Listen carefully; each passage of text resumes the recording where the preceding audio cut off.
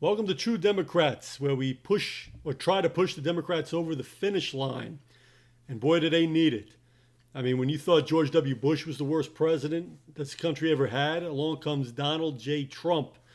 And boy, did he trump Bush as being the worst president this country's ever had. And if they, the only consolation to that is if there was a worse president in the 19th century, and I understand there was a couple of bad ones, but if there was anybody worse than Donald Trump, then we have something to look forward to. Or let's say that this country was able to get through that. This country will be able to get through Donald Trump again. But the first thing we have to do is beat him in an election. Beat him in the electoral college election. We're going to destroy him as the popular vote. I think that's all but guaranteed. The question now is how many states are going to vote for him. And believe it or not, and I cannot believe it, states are still going to vote for this Donald Trump. Even states that got kicked in the groin by him. And I'm thinking about Tennessee, Kentucky, Kansas, what else? Then am I missing? Idaho, these farm states. Florida, I'm not sure what's going on with Florida. Do people want to hate immigrants or black African Americans that much that they'll vote for this guy who's just ripping this country off? I mean, I guess they're set in their ways and they don't want to look at, they're not interested in country. They're just interested in somebody, trying to tear down the press. I mean, it's unbelievable. We've lost. Well, listen, we didn't lose. I think the Republican Party has done their best to scrape away our institutions, scrape away the free press, and try. I mean, because what else? They have no policies that help this country. So they have to lie. They throw names at the press whenever they shed a light on the Republicans' anti-American behavior and policies, such as deregulation. I mean, we've learned that all businesses need to be regulated back in the early 1900s with the meat products and the pork products and people getting poisoned. Cars have to have certain rules. I mean, we've already learned this, and Republicans have just chipped away at it. And what does that happen? What do these lies create? They create a mindset in the people in this country, and they start to disbelieve in the free press, and they call it the liberal press, which it is. It's the liberal press. Liberal meaning liberty, which means free press. So they able to report on what the Republicans are doing to hurt this country. Republicans get upset about it, and so they label the press. They name call them. And of course, the problem is it sticks, and it sticks because the press and the Democratic Party don't push back. They don't battle back. And what happens? We have George W. First come in, wins a re-election based on a war, based on lies, the fact that he let this country come under attack. I thought we were advanced as a country, that he wouldn't win this re-election, but there's just so many misinformed people, I guess. But this Donald Trump really car salesman this whole country, thinking that he was a real businessman. And we're paying the price for that now. And it's hard to believe that he's competitive in states that he can actually win a second term. We've had the last debates. It's not really debates; they were town halls where the questions were asked by members of the audience, and of course the moderator, and two contrasts, just like the first debate. But you really do not need. Who's on the fence? It's hard to believe somebody's on the fence that's not paying attention. We have a pandemic going through this country. How can you not pay attention to the people who are responsible of either stopping it, isolating it, and defeating it? How can you not pay attention to those people who are also supposed to be in charge of our economic well-being, the total collapse that they have allowed into this country? This town hall meeting that they had, I mean, I don't know what else you're going to learn. It's the same when it comes to Trump, same nonsense. Biden, at least you got numbers, so at least he has a plan, and he sounds like he has a plan. He's coming in there prepared. But I'll tell you the one thing about Trump's town hall is that moderator, Savannah Guthrie, was brilliant. You know, she didn't let him off the hook. She kind of gave him, when he was trying to deceive us all again, she kind of put some facts toward him. And of course, she can't sit there arguing him all day. They'd still be on the first question. She was great, and she wasn't a leaf blowing in the wind or a flower blowing in the wind. She held her ground and held it pretty good. But we didn't learn anything new about President Trump, and there's nothing to learn. But once again, he's floating around nonsense. He doesn't know how to control anything. He doesn't know how to get things done. You know, what's our status on the coronavirus now in October 2020? We have done an amazing job, and it's rounding the corner, and we have the vaccines coming, and we have the therapies coming. Right, and it was also going to go away in the spring, and we could also inject bleach. You know, I'm glad somebody brought that bleach up in the first debate, and then he's like, "Oh, that you took everything not out of context. That's the usual Republicans' plan." But he was joking or something like that. But why do we need a president who's joking about bleach? I mean, he's not joking. He was that dumb, and now he just wants to recover. Just like blasting some light inside of you will take care of it. I mean, this guy is a moron. I shouldn't call the president of the United States nincompoop. You can put all those vulgar words when he's out of the office of the presidency of the United States. But he's the hugest nincompoop. And just, again, a used car salesman. That's the best thing he could possibly be. I mean, he totally destroyed his own business, but we all know this. Let me regress. So we're turning the curve. We've been turning the curve now since this thing got into the country. We've been around the block like 4 times already. We're still turning around the curve. I mean, it's just absurd. This president is more absurd in the fact that, you know, he's leading in some states. You know, we're still not out of the woods yet. He could actually win the nomination. He could win the presidency. Up on something you just said. You said we're rounding the corner. I believe we're rounding the corner. Now, 10% of the country approximately has had COVID. That means 80, 90%, 90%, let's do the math, is still vulnerable. Right. There's been some talk, including from the White House lately, that perhaps it approves of what's called herd immunity. That's where you basically just let young people and everybody get sick. You try to protect the old people and those who are sick, and hopefully it gets up to a certain level, and now we're all immune. Yeah. So let's just be clear about it. It also means more deaths. Do you support herd immunity as a strategy? Essentially just let people get sick.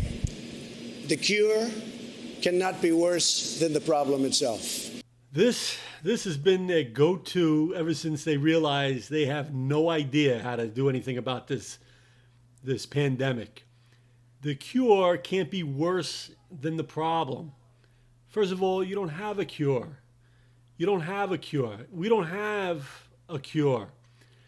What they're talking about is shutting down the businesses like that's going to be a cure. That's not a cure. That never was a cure. And the fact that the President of the United States and his administration don't know this or fail to understand this or are using this as an excuse or a defense against their total inability to stop this virus is just absurd. You're allowing this administration to make things up in order to defend themselves. Stop keeping people from work and keeping people home. Isolation, shutdowns is not a cure for this pandemic. What it was supposed to do in the plan that the CDC came up was to make sure that we all go into our homes, we isolate. Then what the government was supposed to do was to go and test everybody. But he said in the beginning, that's impossible. No, it's not impossible. You know what's impossible? Your cell phone that takes pictures and goes on the internet, all that. 30 years ago, that was impossible. But guess what? Here it is. It exists. Getting the National Guard, the military, volunteers, hospitals, interns to go in and test everybody to get and we were all so far behind in manufacturing ventilators. And I mean, everybody knew at the time that this administration was a disaster. But the idea was to, when everybody's isolated, to test everybody, to find out how they got it, to know who has it. And when you get it, then you take them into the hospital or you isolate them and you treat them. And then they're cured, but you know where this virus is. When you don't test everybody, you don't know who has the virus. So families get infected, people get infected. So then when you say, okay, go back to work, these people who are still infected go back and they continue to spread everything throughout this country. You isolate, you control, and you make sure that whoever has it is cured and doesn't contain it anymore. And that way you only have a little bit of a spread. And then you have to be able to find it or to find where it's originating from. And that way you can open slowly and better and put in certain kind of guidelines so that when people go into restaurants, like I went into last weekend, you get your temperature taken, you can control it better instead of the whole Midwest and West blowing up with this coronavirus. So we don't have a cure, and that's a poor excuse. Listen, the best cure, the number one step for a cure is to get rid of this administration, because they have just bumbled everything up, and we're in big trouble when it comes if China and Russia want to be aggressive with us. We have nobody in charge knowing what to do. This virus is one thing, a country trying to attack us. And listen, the Russians cyber attacked us and we did nothing either. Russians put bounties on our soldiers' heads. We did nothing. This administration is useless, and now they're coming up with these useless slogans. And the Republicans are good at useless slogans. Trickle-down economics. There's no such thing as trickle-down economics. That was totally useless. That didn't work. It failed, and we've had economic collapses because of it. And now the Republicans come up with another one. The cure can't be worse than the problem. But we have our deaths per capita is among the highest among industrialists. Excess mortality, we're a winner on the excess mortality. And what we've done has been amazing, and we have done an amazing job. Oh my God. We lead in excess mortality. Does he have any idea what that means? It means excess dead people. Of course we have excess mortality because we have Republicans in charge. That's why the terrorists attack us when Republicans are in charge. We have economic collapse when Republicans are in charge. And why pandemics attack this country when Republicans are in charge. Why the Democrats can't come up with a theme, Joe Biden, this one time, vote straight across the board for Democrats, and you're going to see we're not going to get attacked by anybody. This country will be more secure. First of all, how does George W. Bush win a re-election saying that they're stronger on security right after we had the greatest attack on American soil? They can win a re-election on that campaign. Today, why don't the Democrats and Joe Biden say, we need to secure this country. You got to vote Democrats so we stop getting attacked by terrorists and pandemics. Make that a theme. That's going to help in those states that are neck and neck. Hard to believe. Excess mortality. I mean, come on. And again, we haven't learned anything new from this town hall meeting, but the greatest strength for the Democrats is the health care issue. And they won the midterms because of it. And just the phoniness of these Republicans, repeal and replace. They got called on it when the first 2 years of this Trump administration, when they had complete control over Congress and the executive branch, and they tried to repeal it, which thanks to John McCain, they were one vote short of doing any, although they've done a lot of damage, but major damage to it. But they have nothing to replace it with. They don't want to spend the money on it. They want to take your health care away from you, and they lost those midterms in Congress, in the House of Representatives because of it. So now we have this guy who's going to repeat that, repel and replace. He's trying to get rid of it. And of course, his lawsuit against pre-existing conditions is a joke. Oh, we got to get rid of it first so we can put something new in. Again, the used car salesmanship. oh, it doesn't work now, but if you tow it to your driveway, it'll start when you get into your driveway. I mean, come on, this is basic stuff, but people are falling for it. I mean, it just blows your mind. The Democrats, I mean, are using that health care up, but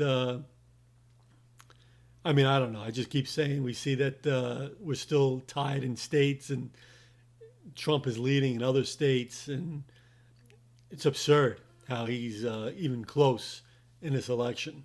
So you're Doesn't the matter. big deal maker. How That's come right. this is so? That's How, right. you yourself have Did you changed ever hear of a- positions. Did you ever hear of a word called negotiation? We're negotiating, okay? But people's I'm negotiating. lives are hanging You in know the what? balance. And you know who I'm negotiating against? Nancy Pelosi, because she doesn't want to give the money. We should have stimulus. This was not our people's fault. This was China's fault.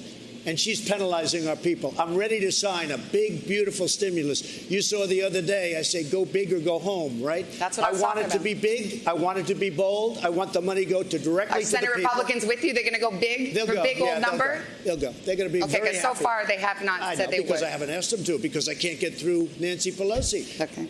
Go big. Go big or go home. I mean, he hasn't done big ever besides scamming, big scams and whatever. But I mean, again, if you see this town hall, he's trying to convince people without any kind of evidence, he's been there for 4 years. And, you know, he's declined economically. A pandemic has ravaged this country, and he ignored it. He takes his daddy's money and he blew it, and now he's pretending that all of daddy's work and the money that he ran through, was what he was responsible for when in fact he was responsible for all the bankruptcies, all the lawsuits, everything. He never earned anything in his life. And the same thing, he confiscated the Obama economy. As soon as he came and sat in that office, the economy leveled off and then it tanked. So he hasn't been responsible for anything. So it's just another salesmanship of trying to take nothing and worse than nothing and trying to say that he's going to create something great from it, which is complete nonsense. On the other hand, stark contrast in the Joe Biden town hall. Joe Biden is at least throwing numbers around, so you can see a plan. You can have monetarily see where all these taxes are going to, and that's another thing the Democrats. And I'm glad he addressed it. He got a question from the audience, from a guy who doesn't want to pay his taxes. He said, this is what he said. You stated that anyone making less than $400,000 will not see one single penny of their taxes raised. That's right. But also state that you are going to eliminate the Trump tax cuts. The Trump tax cuts reduces taxes for the majority of workers. I would argue not enough. What is your plan for either extending the tax cuts for the middle class or creating a new plan that further reduces those taxes? The problem that the Democrats have is explaining what the tax money is going for. Why are you paying taxes? It's been so long now, for decades, since Reagan. We have to cut taxes. Why do you pay your taxes? Taxes are so bad. Taxes is an agreement, and it's a sacrifice in order for everybody to make, in order for this country to be good. You have to build schools, build roads, police, military, the research going on in colleges. I mean, advancement in technology, everything. And that's where all this money goes to. And you have to start explaining that the benefits of this country all come from tax money. I mean, somebody said we've launched a man in the moon. That's when we had tax money, and ever since they've been cutting taxes, we haven't done anything. We've been deteriorating. The bridges are collapsing, the roads are a mess. You don't want to tax these billion-dollar corporations. They use our infrastructure more than anybody, and they make billions of dollars because of it. They have to give back and clean up our infrastructure, develop it, make it newer, make it the best in the world. But you need money for that, and you need to be taxed for that.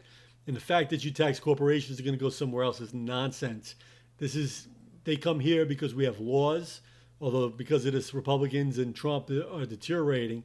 But we have laws, we have courts, so that your business can operate legally and fairly and make money on its merits. And that's what everybody wants. So you can pay a little bit more tax money for the whole system to work so that your business and corporation can work. But Joe Biden is giving numbers. He's telling people these are plans. He said the Trump tax cuts, about $1.3 trillion of the $2 trillion in his tax cuts went to the top 1/10 of 1%. That's what I'm talking about eliminating, not all the tax cuts that are out there. And by the way, if you just take a look, we reduced the corporate tax rate from 35%, and Democrats and Republicans who were in office thought it should come down to 28%. He reduced it to 21%. You have 91 out of every of the Fortune 500 companies not paying a single solitary penny. If you raise the corporate tax just back to 28%, which is a fair tax, you'd raise $1.3 trillion by that one act. If you made sure the people making over 400 grand paid what they did in the Bush administration, 39.6%, you would raise another, it goes up to, let me get you the exact number here, about another $92 billion. So you can raise a lot of money to be able to invest in things that can make your life easier, make you change your standard of living by making sure you have affordable health care, by making sure you're in a situation where you're able to send your kid to school, and if you have a student debt, you can deal with it, making sure that your home, you can pay your mortgage. You got 20 million people right now. And now we come to the big question, and now we come to basically the bottom line. Come to the brass tacks of what this is all about. And it's about what is he going to do with this coronavirus when he gets into office. And of all we know now, and of all the science and of the business, the economics, the medical, the hospitals, the schools, it's not about knowledge because you can work through that. The fact of the matter is it's about doing. It's about putting up a regulation, a guideline for this whole country to follow so we can defeat this virus together. And that's the key. And he has it. Well, you can contain the pandemic by being rational and not trust the economy. For example, I laid out a plan how you can open businesses. You can open businesses and schools if, in fact, you provide them the guidance that they need as well as the money to be able to do it. What's happening now is we know, for example, if you can open a business and you could have a sign on the door saying safe to come in, that's why people aren't going anyway even when they're open, and say because you have social distancing, you have plastic barriers, when you go to the cashier, you have separators between the booths, you don't have large crowds, you reduce the size, the number of people you can have in the restaurant, you make sure there's testing, that's a really critical piece that he didn't do, testing and tracing, and you make sure that people are equipped, going to schools. You know, we initially said, the government initially said they were going to provide masks for every student and every teacher. Then they said, no. FEMA said, the president or whomever said, no, that's not a national emergency. Not a national emergency. We need more teachers in our schools to be able to open smaller pods. We need ventilation systems changed. Well, there's a lot of things we know now. And I laid them out in some detail. Now, again, when I say I laid them out, I'm not an office holder. I'm running for office. It's not like I'm still vice president or I was a United States senator pushing this. So I don't want to say I. But we did lay out exactly what needed to be done. And take a look. We make up 4% of the world's population. We have 20% of the world's deaths. We're in a situation where we have 210,000+ people dead. And what's he doing? Nothing. He's still not wearing masks and so on. And that's a plan. He has a plan. And that's what we have to focus on. I mean, this is about adults and children and how are we going to get through this pandemic that communist China has already gotten through, and they can go back to somewhat of a life of normal, can go and have people traveling the country during a holiday, going back to businesses, and that's where it originated from. And we're still shutting things down and spikes going up in states that didn't see anything for months. Now the hot spots in the world. He has a plan. And what does the plan take? Believe it or not, money. Where does that money come from? Tax money. Tax money that millionaires, billionaires, corporations, and the Trump family do not pay because the Republicans gave all those people a free ride. So we need tax money. But you need to supply these schools, these businesses with finances in order to get back on their feet and to operate somewhat normally. We're not going back normally at all ever again. And this is the second Republican administration that have changed our lives for the worse. That's changed this world for the worse. Now we got to take off our shoes at airports. We're getting padded. Everything is double checked to get on airplanes because the Bush administration failed to take up the CIA and FBI investigation of these terrorists. And now we've allowed this pandemic to go through this country, that the Trump and the Republicans have allowed to come through this country. And we are going to have to be some people are going to be wearing masks forever, taking temperatures forever, putting up barriers when we go out to eat forever. You know, instead of stopping it when it was supposed to stop it, our lives have changed and have become more burdensome because of it. And you know how you take care of that? You know how you stop that from happening? You vote Democrats straight down the line. These Democrats have got to start speaking up and start going into these red states. Vote Democrats straight down the line. We stop getting attacked by terrorists, stop getting attacked by pandemics, stop having economic collapses. Vote Democrat the first time. These problems won't come up. This country cannot afford to vote Republican again. We cannot drop further if we keep electing these Republicans who are completely inept. We have to have a unified message. We got to pick America back up again. That's got to be a theme, but it's got to be a unified theme that Biden and the Democrats have got to spread throughout this country. This country cannot afford to vote Republican again. Thanks for listening. My name's Adam Carr. This is True Democrats, trying to build a stronger, better country. And the only way to do that is to vote Democrats. Have a good night.